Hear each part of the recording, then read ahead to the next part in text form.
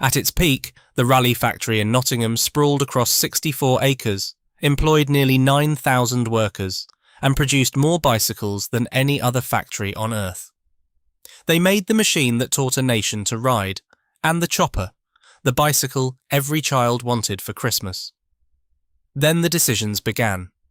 A conglomerate that smothered innovation, a board that dismissed mountain bikes as a passing fad, a hub gear division sold for £30, frame welding robots auctioned off 3 years after installation. By Christmas 2002, the last workers walked out of the Faraday Road gates and the machines fell silent. Today, the site is a university campus. Glass roofs and artificial lakes where the brazing shops and the paintworks used to be. Students cross the ground every day without knowing what stood there. Sure, this is the story of how one man's desperate bicycle ride became an empire that spanned 140 countries, and how that empire was taken apart, not by a single disaster, but by a long chain of people who couldn't see what they were holding until after they'd let it go. Chapter 1. A dying man buys a bicycle. The story begins, as improbable stories often do, with a man running out of time. Frank Bowden was 38 years old, rich beyond most people's imagining, and, by his own account, dying.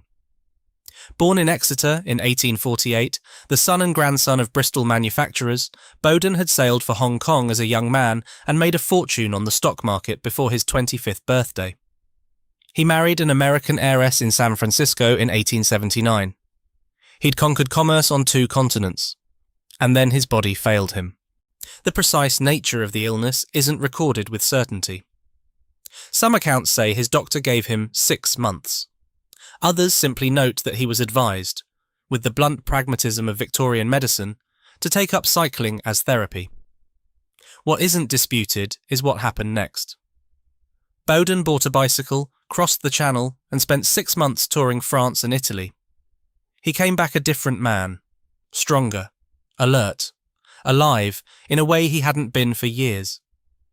The machine that had saved his life became, quite suddenly, the only thing he wanted to think about. In early 1887, back in London, Bowden spotted a bicycle in a shop window on Queen Victoria Street. It was beautifully made, the kind of craftsmanship that catches the eye of someone who grew up around manufacturing. He asked where it came from. The answer was Nottingham. Specifically, a cramped workshop on Raleigh Street, named not for the bicycle but for Sir Walter Raleigh, where 3 men were building something small but precise. Richard Morris Woodhead was a skilled mechanic. Paul Anglois was a French technical designer. William Ellis, from the local lace trade, put up the money. Between them, with half a dozen workers, they were producing roughly 3 bicycles a week. 3 bicycles a week. From a workshop that shared its street with lace factories and hosiery warehouses, in a city that had never built anything with wheels. Bowden saw something nobody else did. Not a workshop. A foundation. He arrived in Nottingham with his Hong Kong wealth, bought out Ellis's share in late 1888, and in December of that year founded the Raleigh Cycle Company. Bowden took 5,000 shares. Woodhead and Anglois held the other 5,000. But there was never any question about who was in charge. Bowden was chairman, managing director, and the animating force behind every decision that followed. The transformation was immediate and total. He financed the renting of a 5-storey former lace factory on Russell Street and installed new machinery. Production leapt from 3 cycles a week to 60. The workforce went from 6 to 200. Woodhead and Anglois, the men who'd built the original bicycles by hand, found themselves outpaced by the very enterprise they'd created. By 1894, both had left the board. Bowden didn't sentimentalise. He built. In 1896, he opened a purpose-built factory on Faraday Road in the Lenton district of Nottingham. 7.5 acres. 850 employees. 30,000 bicycles a year. For a brief, extraordinary moment, and it was the largest bicycle factory in the world, and it had been conjured from nothing in under a decade, by a man whose doctor had told him to go for a ride. The 1890s cycling boom attracted every kind of speculator, and the most notorious of them all came for Raleigh.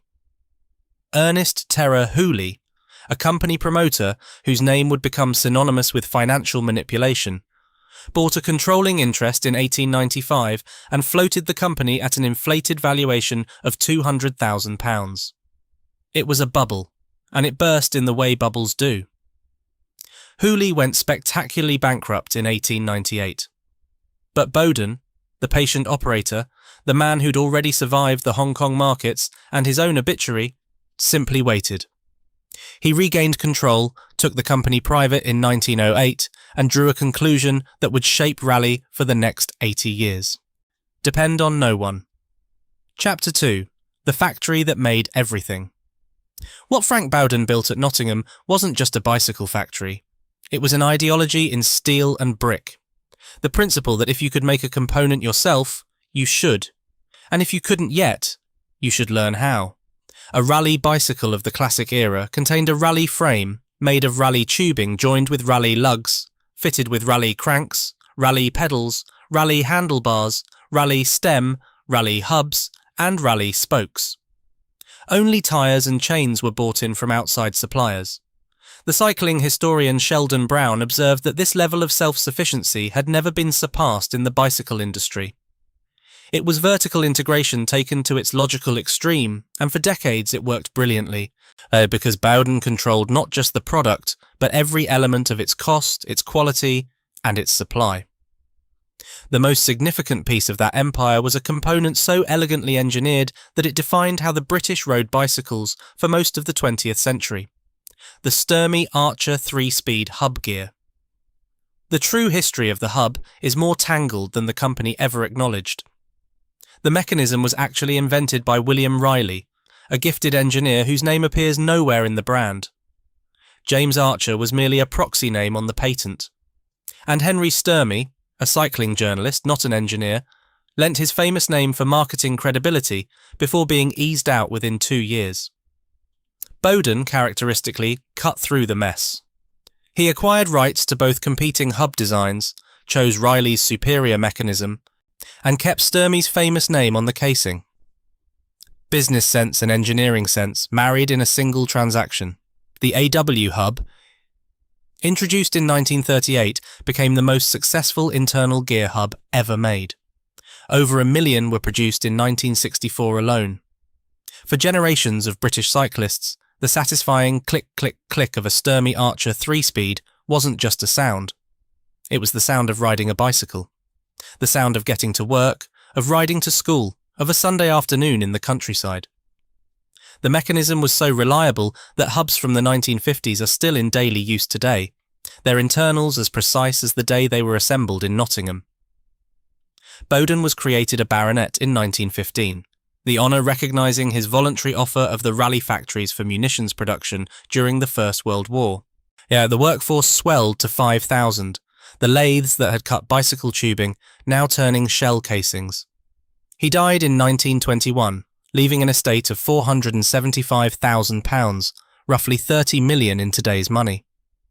His son, Sir Harold Bowden, inherited the entire business and ran it for the next 3 decades with the same instinct for consolidation his father had possessed. Though Harold's methods were quieter, more considered.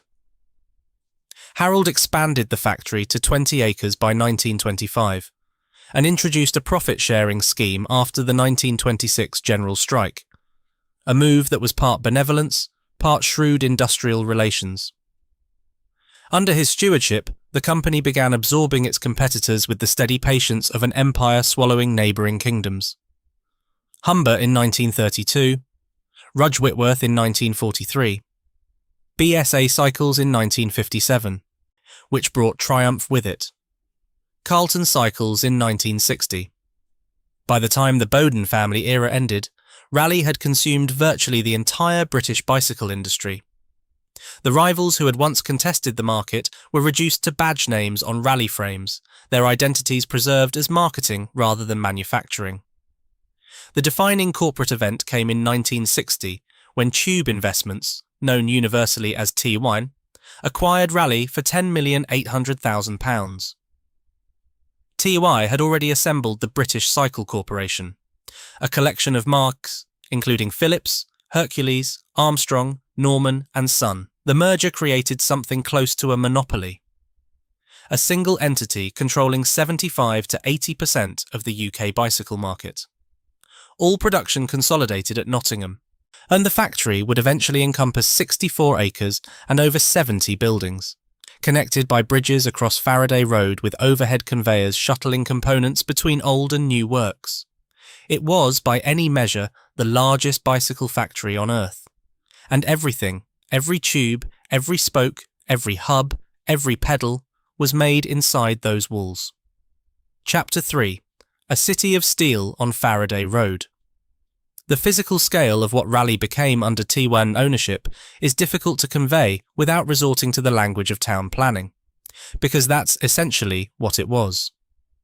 The Nottingham factory wasn't a building. It was a district. A working city of steel spread across 64 acres with its own internal logic, its own transport network, its own social institutions, and a population the size of a small market town. And the Duke of Edinburgh opened a new factory block in November 1952, a £1.25 million investment that the company treated with the gravity of a civic event. 5 years later, Field Marshal Montgomery arrived in full uniform, standing in his jeep in the manner he'd perfected crossing the North African desert, to inaugurate a further £5 million extension stretching to the edge of Wallerton Park. Raleigh workers who'd served under him in the war formed a guard of honour. Montgomery inspected them with the same studied seriousness he'd brought to El Alamein, though the enemy this time was merely ribbon to be cut. The head office, the Howitt building on Lenton Boulevard, was a statement of ambition that went far beyond function. Designed by T.C. Howitt in 1931, it won a Ribber Bronze Medal for its architectural distinction. Inside there was a ballroom that seated over 1,000 people, with a sprung dance floor, cinema projection equipment, and a full stage. On its exterior, sculpted reliefs depicted cherubic children holding miniature bicycle parts, modelled on the architect's own son Ian, and known locally with typical Nottingham affection as the Little Ians. This was the golden age, and it felt permanent. Sue Davis arrived as a typist in 1965, 18 years old, and immediately got lost. Raleigh was like a small town without signposts, she recalled. My greatest dread was getting lost, which happened a lot. It was a mince.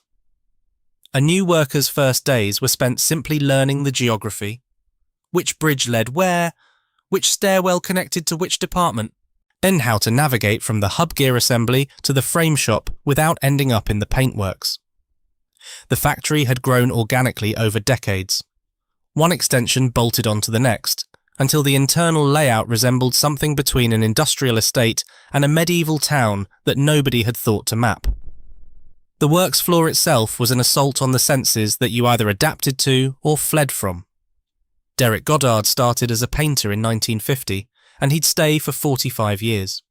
He described sliding between machines on floors slicked with grease, like a skating rink, he said, and colleagues who fell into 6-foot-deep paint dipping vats.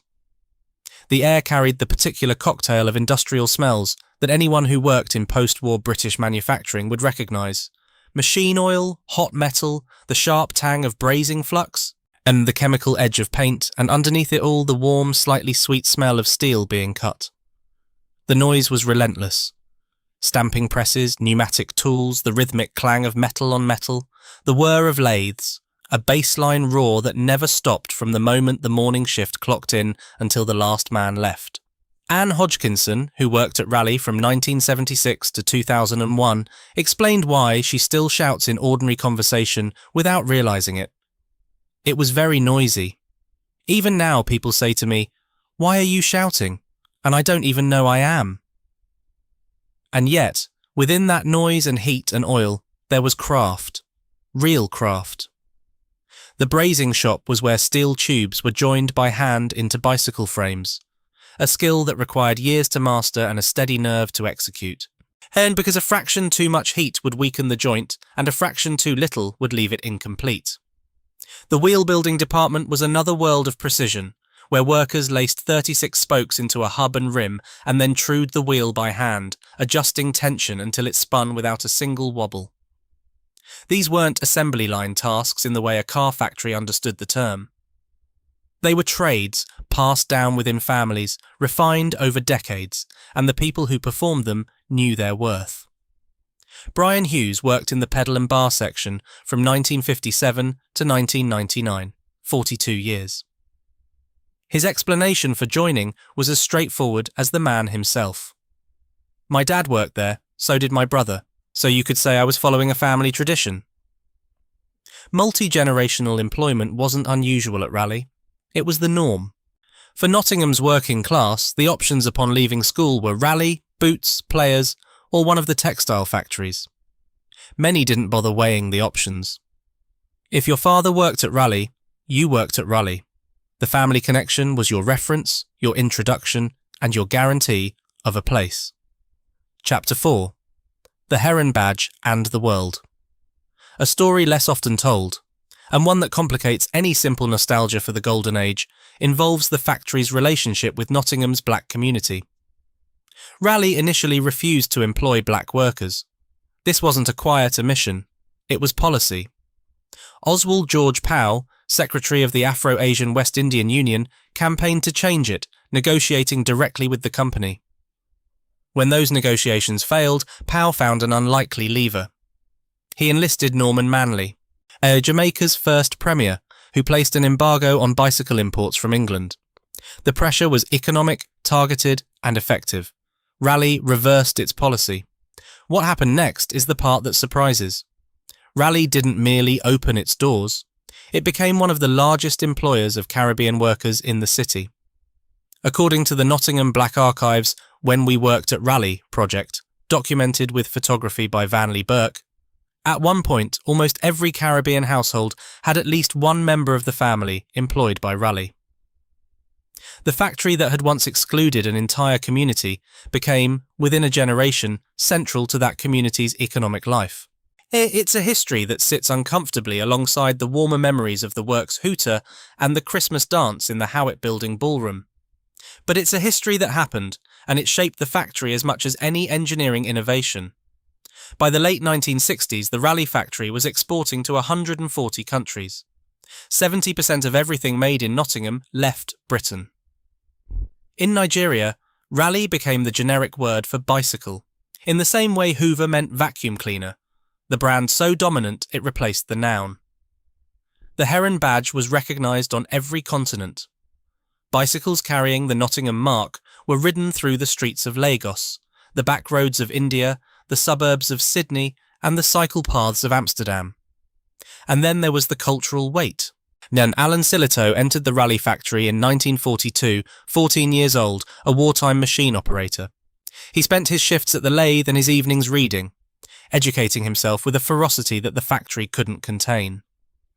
When he published Saturday Night and Sunday Morning in 1958, its protagonist Arthur Seaton operated a capstan lathe at the Sturmey Archer Works.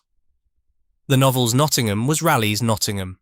The same streets, the same pubs, the same Friday wage packets spent by Monday morning. The 1960 film starring Albert Finney was partly shot inside the factory itself and became the third most popular film in Britain that year. Its producer, Harry Saltzman, used the profits to purchase the James Bond film rights. The factory that built bicycles inadvertently financed the most successful film franchise in cinema history. At its peacetime peak, the Nottingham factory employed approximately 8,800 workers in 1975. The commonly cited figure of 10,000 isn't well supported by evidence, though wartime munitions production did reach 9,000. But the real number hardly matters for the purposes of understanding what Raleigh was. Nearly 9,000 people on a single site making over 2 million bicycles a year, more than any other factory on Earth. A working community so large it had its own social clubs, its own sports teams, its own rhythms of courtship and retirement and grief. That was the summit. Chapter 5. The Sketch on the Back of an Envelope. In 1967, Raleigh sent Alan Oakley to California. Oakley was a Nottingham man through and through, born in 1927 in Netherfield, 6'4". As a Raleigh employee since the age of 14, when he joined as a wartime draftsman. He'd risen steadily through the design department to become design director, and the company trusted him with a problem they couldn't solve from Faraday Road. Why did Raleigh's earlier attempts at youth bikes keep flopping in America? What Oakley found in Southern California was a culture that Nottingham couldn't have imagined. Kids were customizing bicycles to look like chopper motorcycles, bolting on high-rise handlebars, banana seats, extended forks. They weren't interested in practical transport or sensible engineering. They wanted machines that looked wild, felt dangerous, and turned every ride into a performance. On the Boeing 707 back to Heathrow, Oakley took an airmail envelope from the seat pocket and sketched a bicycle on the back of it. It was, by his own later account, a rough thing, but it contained everything.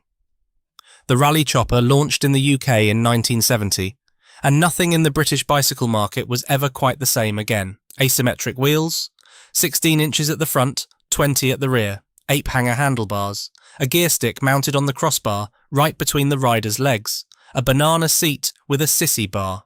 It looked like nothing British children had ever seen, because nothing like it had ever existed in Britain. It cost £34.19, serious money for a child's bicycle, and parents queued to buy it. Raleigh recorded a 55% increase in cycle sales in 1971. By 1976, a special edition celebrated 750,000 units. Over 1.5 million choppers were sold in the UK alone. Thence it became the defining material object of 1970s British childhood, alongside the space hopper and the curly whirly, the thing you wanted for Christmas above everything else, the thing you remembered decades later with a clarity that surprised you. The design credit remains disputed to this day. Tom Caron of Ogle Design produced original sketches and held the US patent for the seat design. Oakley's name doesn't appear on the key patents.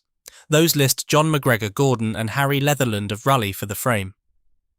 The consensus, arrived at grudgingly by all parties, is that Oakley conceived the concept, Ogle refined the industrial design, and Raleigh's Nottingham engineering team made it manufacturable. Oakley received no bonus. Not a penny beyond his salary.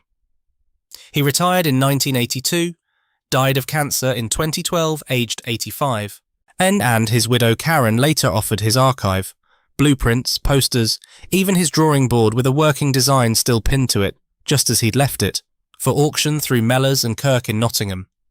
The Chopper's safety controversies were serious enough to reach Parliament. The rear-weighted design caused involuntary wheelies.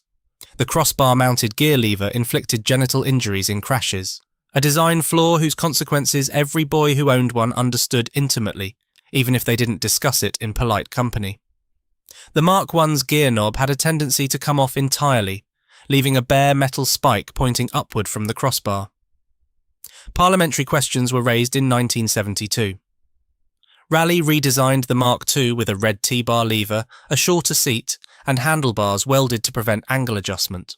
Each modification was a concession to reality. Each one made the bike marginally safer and marginally less thrilling. The grifter followed in 1976, the Burner BMX range in 1982. The Burner sold 500,000 units in its first 2 years, and Craig Schofield won the 1985 BMX World Championship Superclass on a Raleigh Team Aero Pro. But each successor was more reactive than the last, chasing trends that had started elsewhere rather than setting them. The Chopper had been a bolt from Nottingham. Everything after it was Nottingham trying to keep up. Meanwhile, on European roads, the TI Raleigh professional cycling team was writing a different kind of history. Directed by the legendary Dutch rider Peter Post, the team accumulated over 900 race victories between 1972 and 1983. In 1980, a Joop Zoetemelk won the Tour de France after Bernard Hinault abandoned with a knee injury, and TI Raleigh won an astonishing 11 stages, a feat unmatched since. It was the high water mark of competitive cycling on Raleigh frames, the moment when the Heron badge meant excellence at every level, from the child wobbling down a suburban pavement on a chopper to the professional sprinter crossing the line on the Champs-Élysées. 64 acres, 9,000 workers at the wartime peak, 2 million bicycles a year. exports to 140 countries. The Tour de France. The most iconic children's bicycle in British history. The factory that inadvertently financed James Bond. That was what Raleigh was. And standing at that summit, with the Heron badge on every continent and the Chopper in every second garage, nobody inside those walls could see the edge of the cliff they were about to walk off. Chapter 6. The mountain they couldn't see. The threat came from California. It nearly always did. In Marin County, north of San Francisco, a loose group of riders had been racing modified bicycles down the fire roads of Mount Tamalpais since the mid-1970s. Joe Breeze, Gary Fisher, Tom Ritchie, names that meant nothing in Nottingham, were bolting fat tyres and motorcycle brake levers onto old Schwinn frames, destroying them in single runs down the mountain, then building stronger ones and doing it again. They called their machines clunkers. The cycling establishment called them lunatics. But in 1981, a small company called Specialized launched the Stump Jumper, the first mass-produced mountain bike built in Japan, priced at $750. The first shipment of 125 sold out in 6 days. By 1986, mountain bikes accounted for 60% of American specialty bike shop sales. The entire geometry of what a bicycle was, what it looked like, what it could do, who it was for, had been rewritten in half a decade. And Raleigh, the largest bicycle manufacturer on Earth, watched it happen from across the Atlantic with something between bewilderment and contempt. Yvonne Ricks was the person who tried to sound the alarm. Ricks had worked her way from evening classes to product manager. No small achievement in a company whose senior ranks were overwhelmingly male and whose culture rewarded long service over outside thinking. In 1981, she visited the United States and saw immediately what was coming. She reported to the Raleigh board that mountain bikes would eventually come down from the hills and onto the streets. The market was shifting beneath them. They needed to move. The board's response has become, in the decades since, the most quoted sentence in the entire history of British bicycle manufacturing.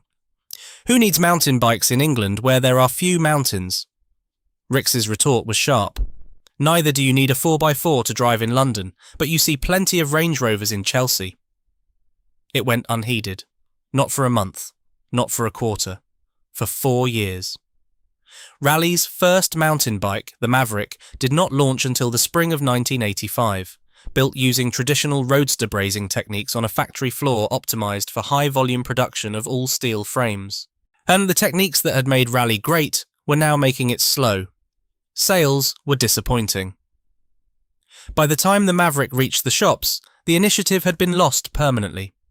But the mountain bike revolution was only half the catastrophe. The other half was quieter, more technical, and ultimately more devastating. Shimano had entered the US market in the early 1960s, offering 3-speed hubs at roughly half the price of Sturmey Archer. The Japanese components were lighter, manufactured using cold forging techniques that produced more durable internals, and they cost less to produce. For years, Raleigh could absorb this competition because it controlled its own supply chain. Sturmey Archer hubs went into Raleigh bicycles as a matter of internal policy, not market choice. But in 1984, Shimano introduced indexed shifting, a click-stop system that made gear changes precise, intuitive, and satisfying in a way that the old friction shifters never were. More critically, Shimano designed its group sets as proprietary systems.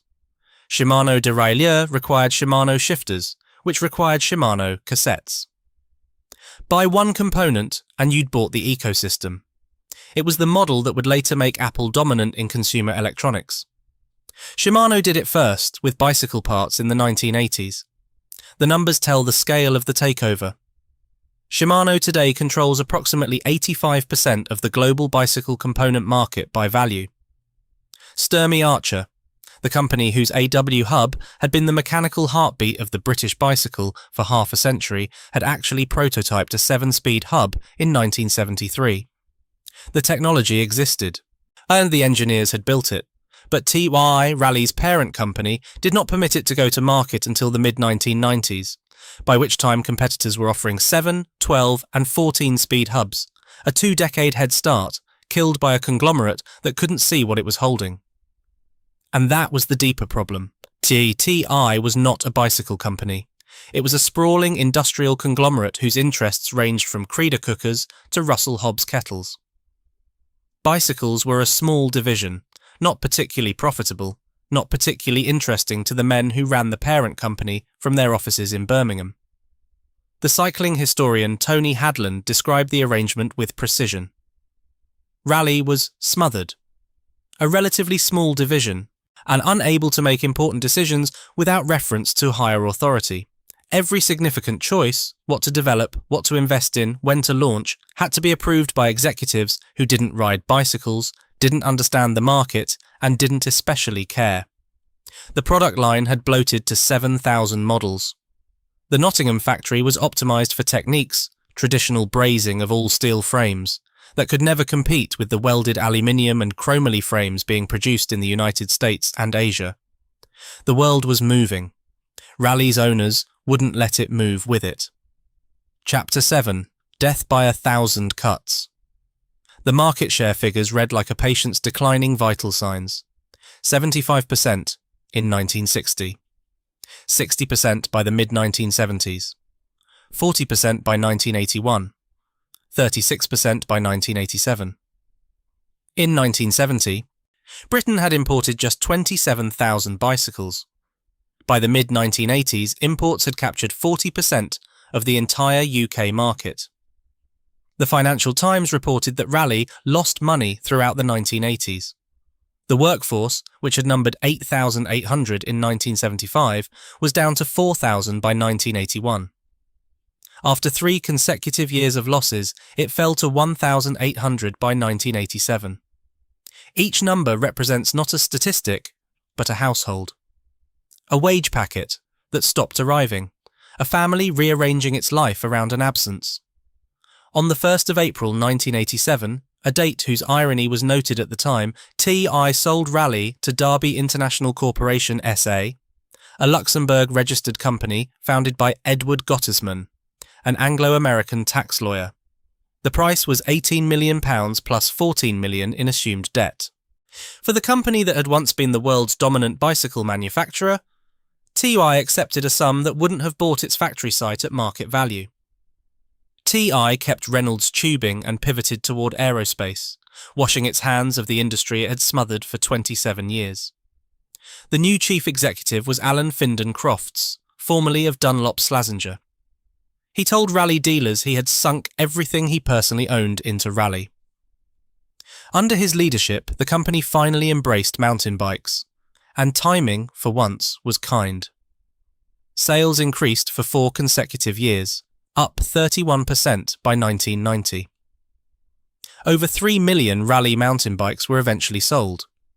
There was, briefly, something that felt like recovery, but the economics underneath that recovery were merciless.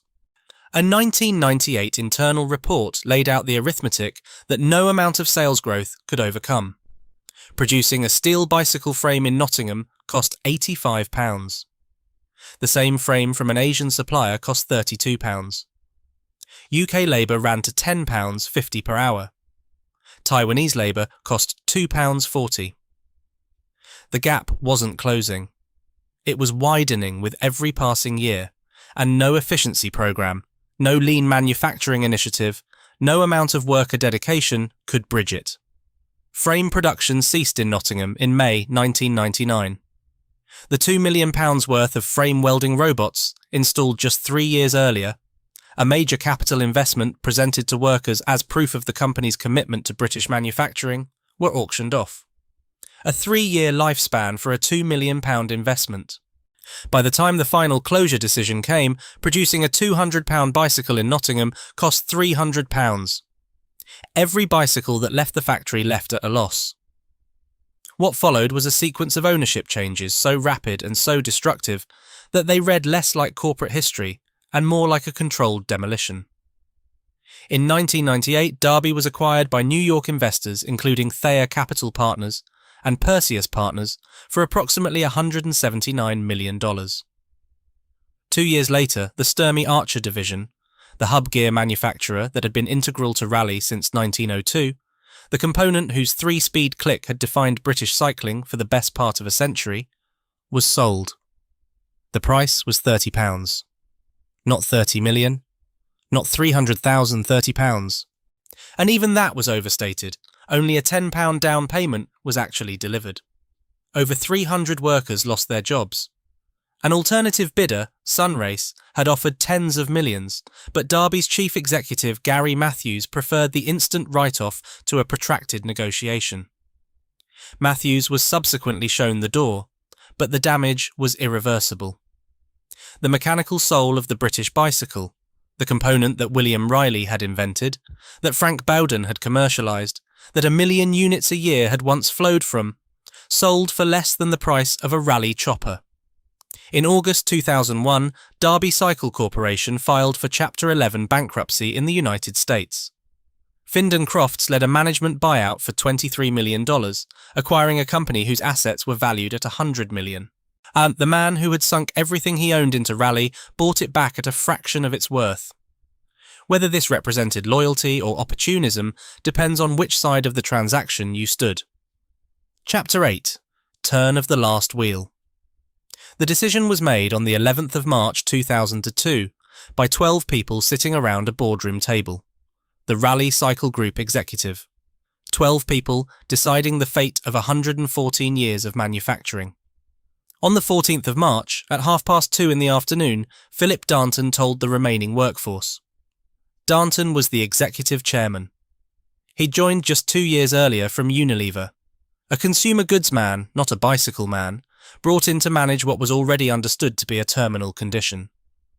Of the 380 employees still working at Nottingham, 280 assembly and factory workers would lose their jobs by the end of the year. Darnton's words were careful and heavy. I am very, very disappointed. I thought it could be done, but it can't. He announced he would leave too. There's no place for a top-heavy management structure, myself very much included.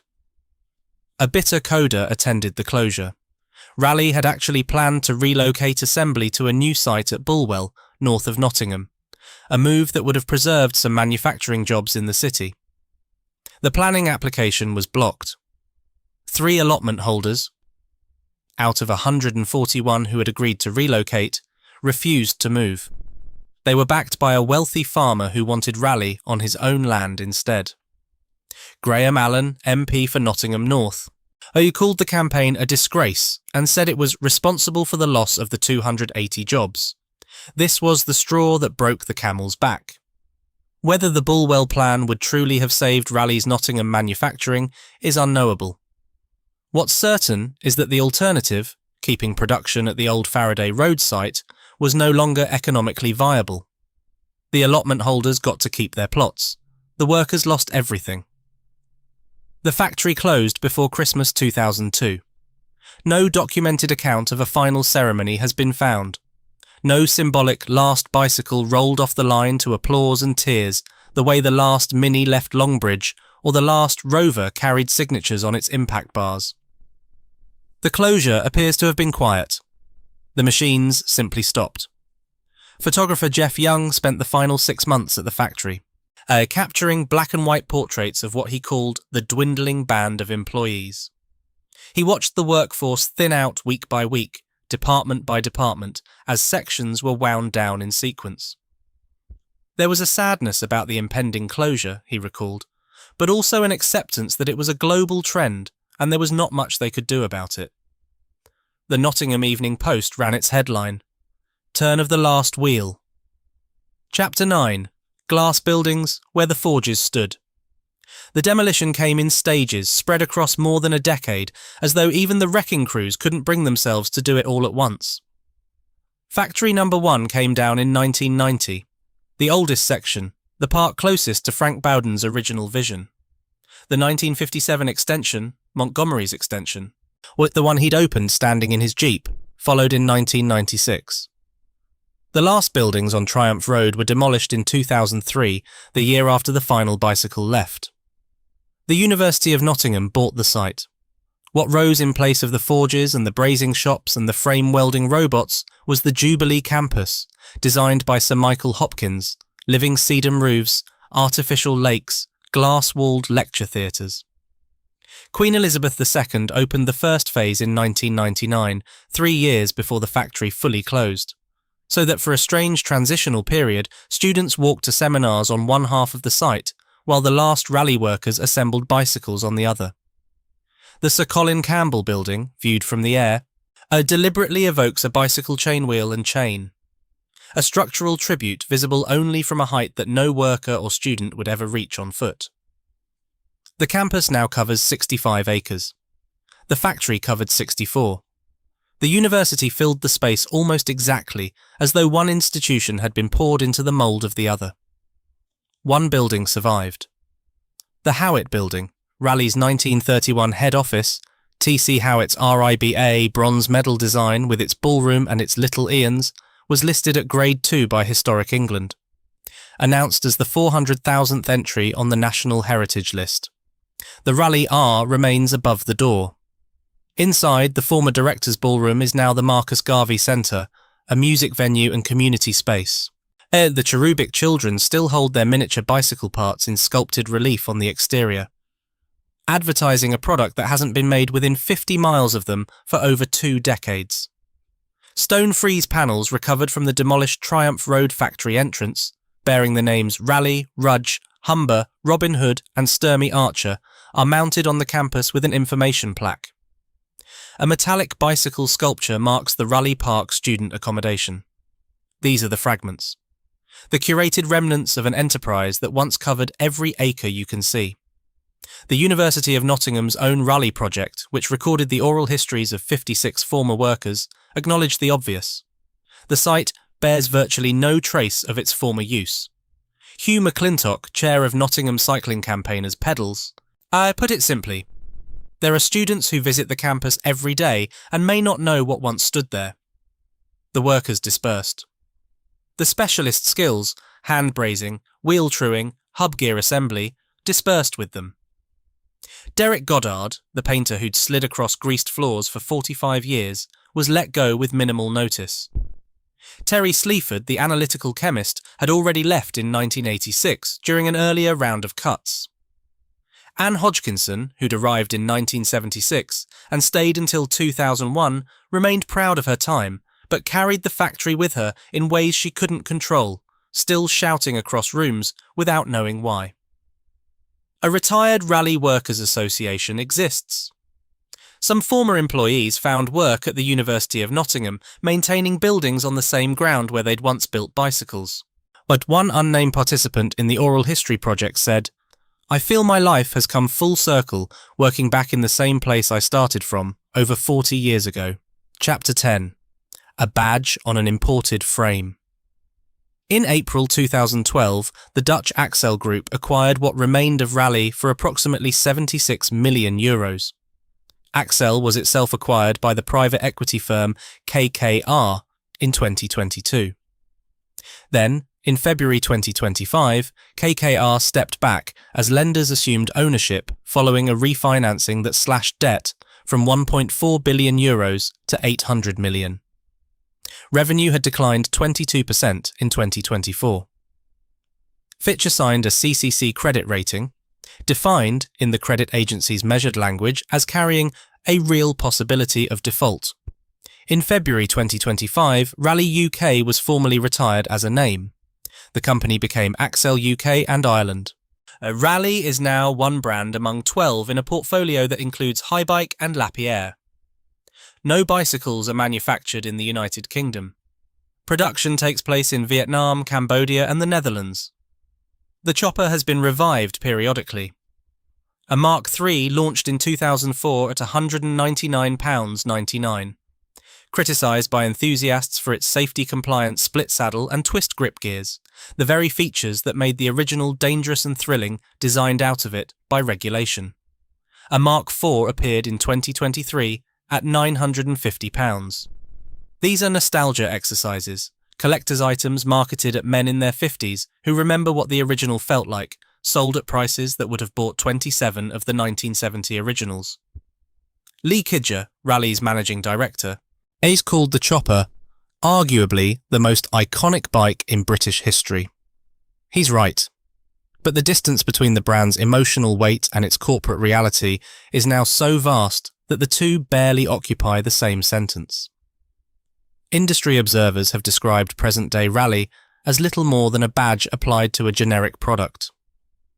Raleigh's collapse wasn't unique. Rover, British Leyland, Sheffield Steel, Clyde Shipbuilding. The Nottinghamshire coalfields. The pattern is identical everywhere. Global competition, underinvestment, loss of competitiveness, offshore production, and the brand surviving as an import label while the community that built it is erased. Nottingham lost its own big three in the space of 15 years. Boots Research Laboratories in 2001, the Raleigh factory in 2002, and the Players Horizon factory in 2016, with the last cigarette factory in the United Kingdom, 540 jobs, the building demolished in 2018. The lace industry went before them all. Chapter 11. What remains? Walk across the Jubilee campus today and you'll pass artificial lakes reflecting glass-roofed buildings. Students sit on benches with laptops. The Aspire sculpture rises against the Nottingham sky. It's a handsome place. A place designed for learning, not for making. The ground beneath your feet gives no sign of what it carried for a century. But in garden sheds and garages across Britain, there are bicycles that remember. Frames badged with a heron and the words "Made in Nottingham," their Sturmey Archer hubs still clicking through 3 gears, with the precision they had the day they left Faraday Road. Some haven't been ridden in years. Some are ridden every day. The steel rusts slowly. The hubs, if you oil them, don't rust at all. Frank Bowden was a dying man who bought a bicycle and built an empire. His workers made the machine that taught a nation to ride. Their children made the Chopper, the bicycle that every kid wanted. Their grandchildren made the last bicycle to leave that factory, in a city that had once built more of them than anywhere else on Earth. And then the machines stopped, and the buildings came down, and glass went up where the forges had stood. The Heron badge survives. You'll find it on frames welded in Vietnam and Cambodia, owned by a Dutch conglomerate rated CCC by Fitch, teetering toward default. The name Raleigh UK doesn't even exist anymore. But somewhere in Nottingham, in a terraced house not far from where the factory stood, a woman is talking to her neighbour. She's talking a little too loudly. She doesn't know she's doing it. She worked at Raleigh for 25 years, and the noise of the place is still inside her, decades after the last machine fell silent. That's what remains.